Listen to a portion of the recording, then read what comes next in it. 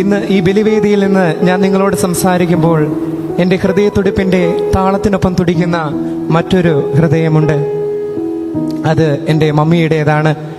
പുരോഹിതനായി ഞാൻ അഭിഷിക്തനായപ്പോൾ മമ്മിയുടെ കണ്ണിൽ നിന്ന് വീണ കണ്ണുനീരിന് എന്നോടുള്ള സ്നേഹത്തിൻ്റെ വലിയ കഥ പറയുവാനുണ്ട്.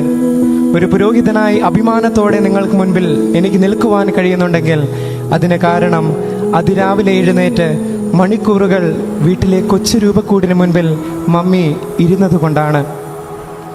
മമ്മി ചൊല്ലിക്കൂട്ടിയ ജപമാലകളുടെയും ഒഴുക്കിയ കണ്ണുനീരിൻ്റെയും ആകെ തുകയാണ് എൻ്റെ ഈ പൗരോഹിത്യം. മോനെ എന്ന ഒരൊറ്റ വിളിയിൽ എൻ്റെ വിഷമങ്ങൾ ഇല്ലാതാക്കി തീർക്കുവാനുള്ള ഒരു പ്രത്യേക കഴിവ് എൻ്റെ മമ്മിക്കുണ്ട്. ഞാൻ ഇടറുമ്പോഴും മുടങ്ങാതെയുള്ള മമ്മിയുടെ പ്രാർത്ഥനയാണ് എന്നെ ബലപ്പെടുത്തുന്നത്, മുന്നോട്ട് നയിക്കുന്നത്. മമ്മിയുടെ പ്രാർത്ഥനയുടെ പ്രത്യേകത എന്തെന്നാൽ ഒരിക്കലും ആവശ്യങ്ങൾ നടത്തി തരണമേ എന്ന് ദൈവസന്നിധിയിൽ പ്രാർത്ഥിക്കുന്നത് ഞാൻ കണ്ടിട്ടില്ല. ആവശ്യങ്ങൾ ദൈവസന്നിധിയിൽ പറഞ്ഞതിന് ശേഷം ഈശോയെ അങ്ങയുടെ ഇഷ്ടം എന്താണ് അതുപോലെ തന്നെ ആകട്ടെ എന്ന് പറയുന്നതാണ് മമ്മിയുടെ ശൈലി.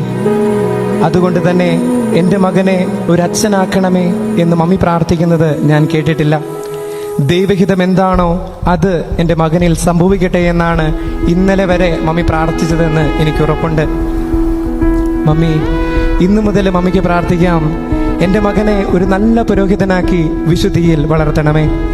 വാക്കിൽ പറഞ്ഞു തീർക്കുവാനാകില്ലെങ്കിലും ഒത്തിരി നന്ദി.